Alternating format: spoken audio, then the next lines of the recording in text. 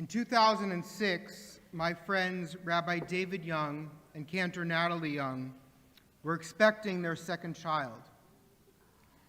At the last scheduled ultrasound before they planned to deliver a baby boy, the text said, "Uh-oh."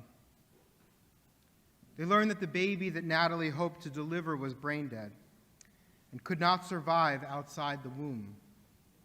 This left them with two impossible options: wait another month to give birth to a baby that could not live, or go for a late-term abortion to one of the few doctors in the country who performed them.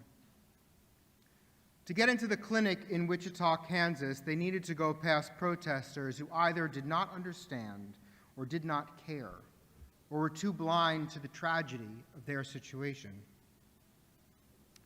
Their physician assured them that it was not their fault, that no one wanted to be there. Natalie described him as kind and compassionate, a man of faith.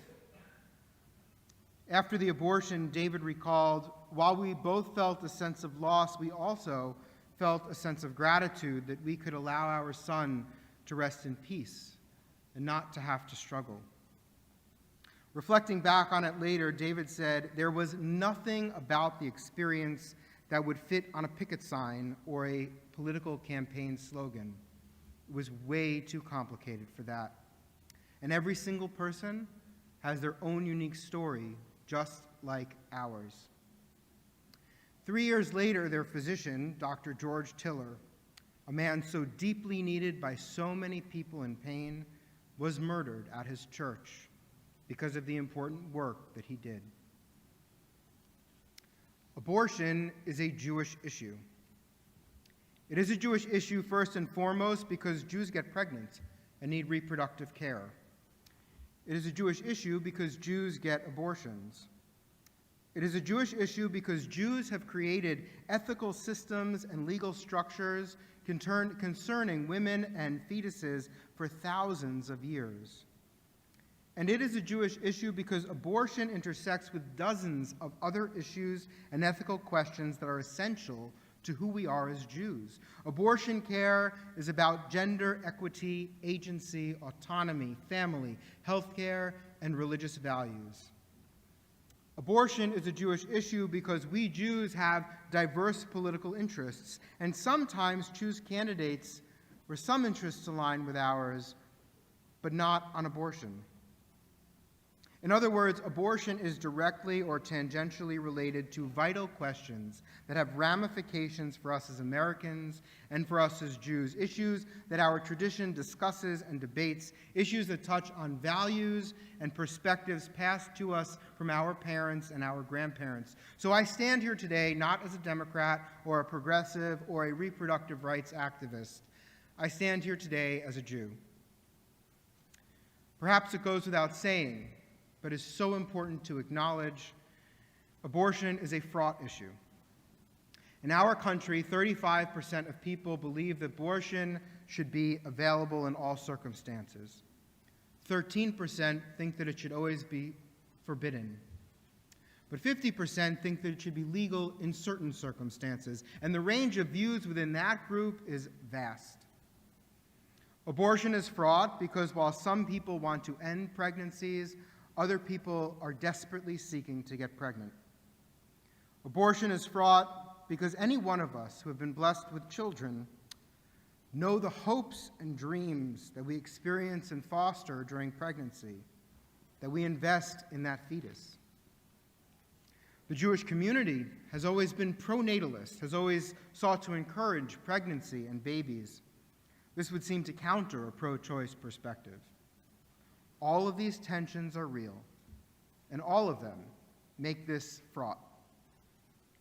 And still, the Jewish legal and ethical tradition is clear.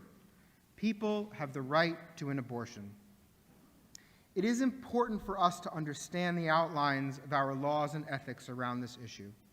Not only can having that knowledge shore up our secular convictions, it also counters the dominant Christian anti-abortion rhetoric from a place of faith and religious conviction. We start in the book of Exodus, chapter 21. When men fight and one of them pushes a pregnant woman and a miscarriage results, the one responsible shall be fined. But if other damage ensues, the penalty should be life for life, eye for eye, tooth for tooth. The wording is confusing in English translation and even more vague in the original Hebrew. Specifically, is the other damage requiring life for life damage to the fetus or damage to the woman? Rashi explained that the fines were assessed for the miscarriage of the fetus. Any additional punishment was for injury or death caused to the mother. Here, the Torah draws an important distinction, a distinction between the value of the fetus and the value of the mother. The fetus matters and has value as a potential person, but according to our tradition, the fetus is not yet a person. The pregnant woman is a person, and thus of greater and infinite value. An important Talmudic text expands on and explains this position. It expands the principle from miscarriage to abortion by teaching that abortion is permissible even during labor if the labor is endangering the life of the mother. But, the text warns, if the majority of the baby has come out, we must allow the rest of the baby to be born, even if it risks the life of the mother. The reason is that once half the baby is out, it is considered a full person. And the rabbis taught that we cannot sacrifice one person for the sake of another. So according to Jewish tradition, not until we are out of the womb and in the world does human life begin. And this lies at the heart of the difference between Judaism and classical Christianity, which teaches that life begins at conception. The early church fathers seemingly derived this perspective from Plato, who taught that the body was a mere vessel, and the essence of a human is the soul. If the soul is all that really matters, and if, as early Christian teaching insists, the soul is given at conception, then the fetus is human in the most important and profound ways. Written at the same time, the Talmud teaches that the body and the soul are both integral to being human. The rabbis understood that one cannot be human without a body. So no matter when the soul is given, the fetus is not human until it exits the womb and lives on its own in the world. This leaves us with two very different ideas, two very sincerely held religious perspectives on when life begins, hence different views of abortion. For if life indeed begins with a gift of the soul at conception, then clearly abortion should not be permissible. And if life begins at birth, when we exist with both body and soul, then abortion can be permissible. These two perspectives, rooted in sincere and ancient theology and tradition, cannot be harmonized. Later rabbinic works refined the Jewish approach to abortion. For example, one text discusses the changing status of the fetus over the course of a pregnancy. Another speaks to the permissibility of abortion for serious birth defects or for pregnancies that threaten the physical or mental well-being of the mother. The large collection of legal rulings and their implications are very complicated. And that is the key point. This is very complicated. So just what constitutes a permissible situation cannot be determined ahead of time. According to current rabbinic authorities, the decision must be made on a case-by-case basis in the context of each particular set of circumstances. And here is where the line must be drawn. It cannot be fixed in advance by legal or religious authorities who do not know the woman in question and who are in no position to determine just what counts as her physical or emotional well-being, since she is the only one in that position. Therefore, the decision for abortion can be made only by the woman herself. And here we come to a major problem with the state of abortion law in this country. Here we come to a problem with the argument that we should just leave it to the voters or leave it to the states. The problem is not only one of individual autonomy and control of bodies.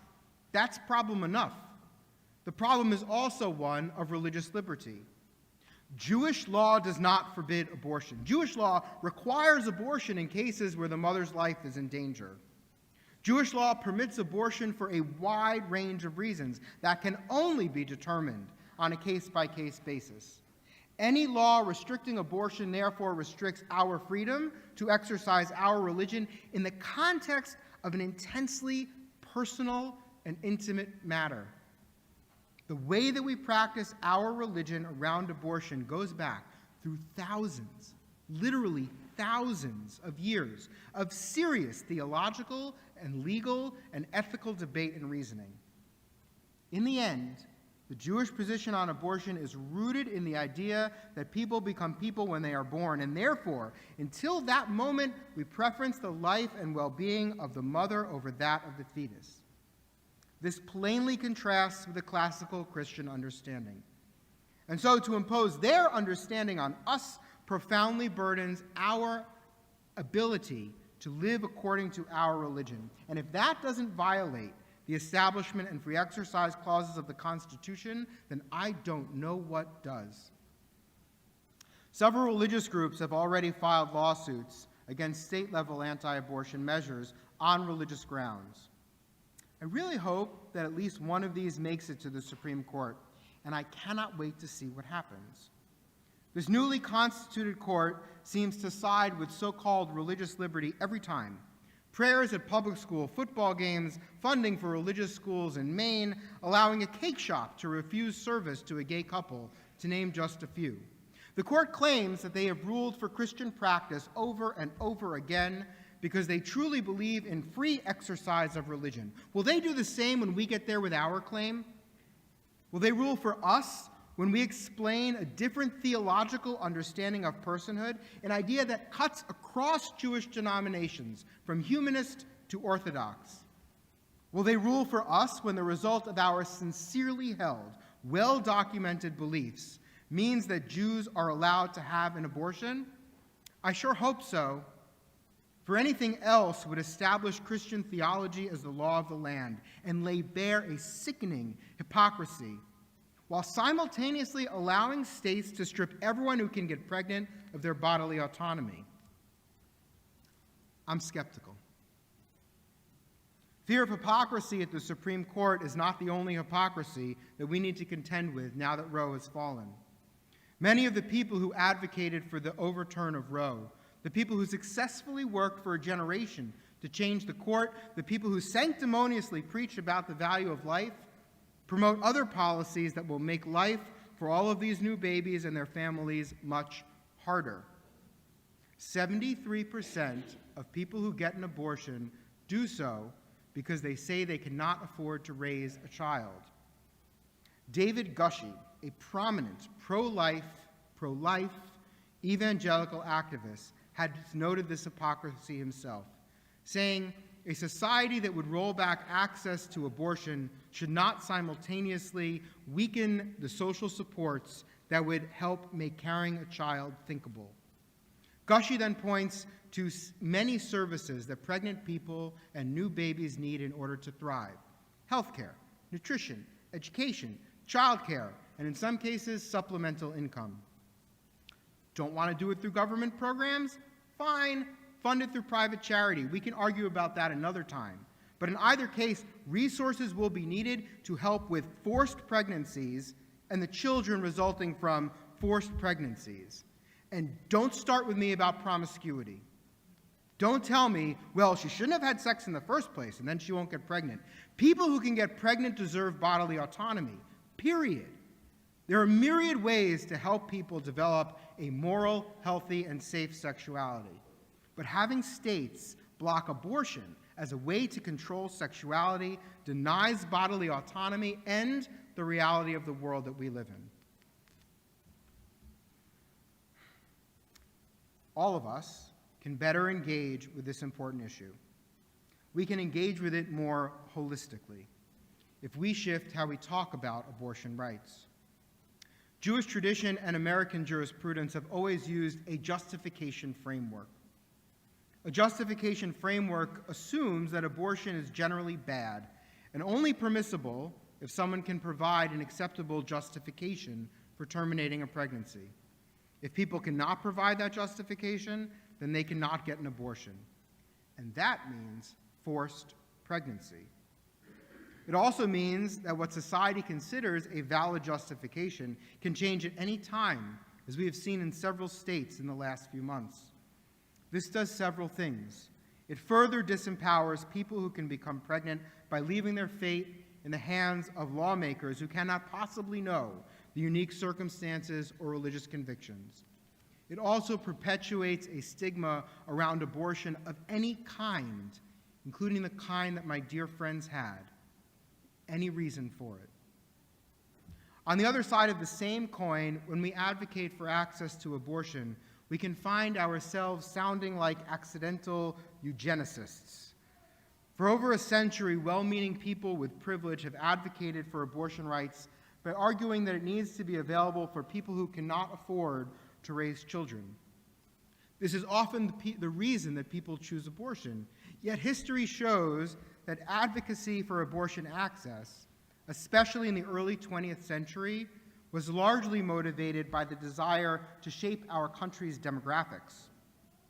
The upper crust of society often advocated for abortion access because they did not want more Italians or blacks or Irish or Jews from Eastern Europe. Too often, arguments in support of abortion today come perilously close to this, that a certain segment of the population is too poor, too uneducated, too new to America to afford to have large families. That is only up to the person in the situation and not the advocates for abortion access.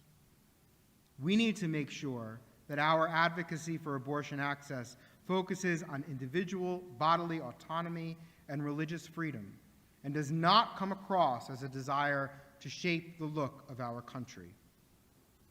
So how do we advocate for and argue for reproductive rights without sounding like eugenicists and without falling back on a justification framework?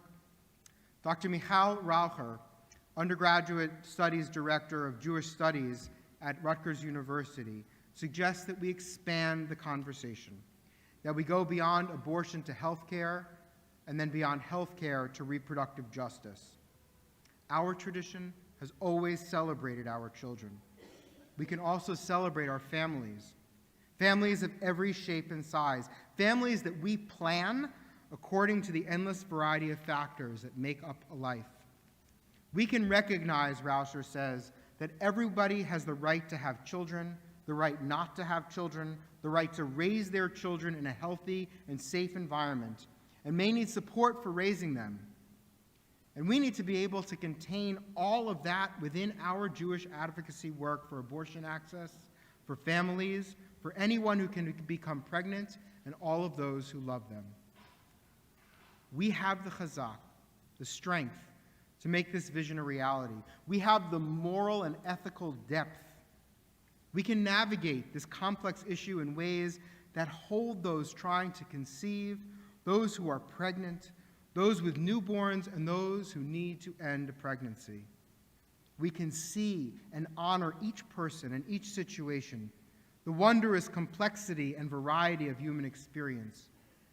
We have the power to shape the politics in this country so that they allow everyone to live according to their own religious convictions and sincerely held beliefs. And we have a community to care for one another as we plan for families and honor each person's choices.